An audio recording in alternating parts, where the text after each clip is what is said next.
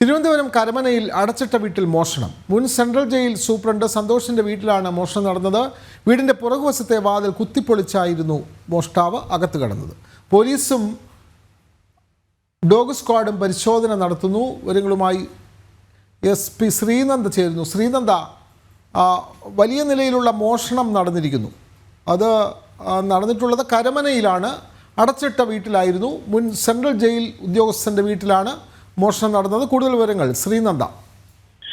Vinod, Thiruvananthapuram കരമനയിൽ നെടുങ്കാടുള്ള pump ഹൗസിലുള്ള മുൻ central jail സൂപ്രണ്ടായ സന്തോഷിന്റെ വീട്ടിലാണ് മോഷണം നടന്നിരിക്കുന്നത്.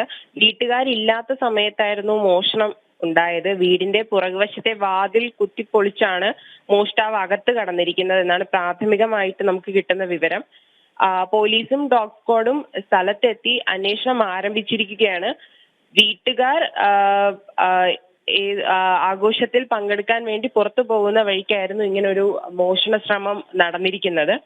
കൂടുതൽ വിവരങ്ങൾ ലഭ്യമാകുന്നതേ ഉള്ളൂ. പോലീസ് എത്തി അന്വേഷണം ആരംഭിച്ചിട്ടേ ഉള്ളൂ. കൂടുതൽ വിവരങ്ങൾ ഉടനെ തന്നെ ലഭ്യമാകുമെന്ന് വിചാരിക്കുന്നു. വിനോദ്.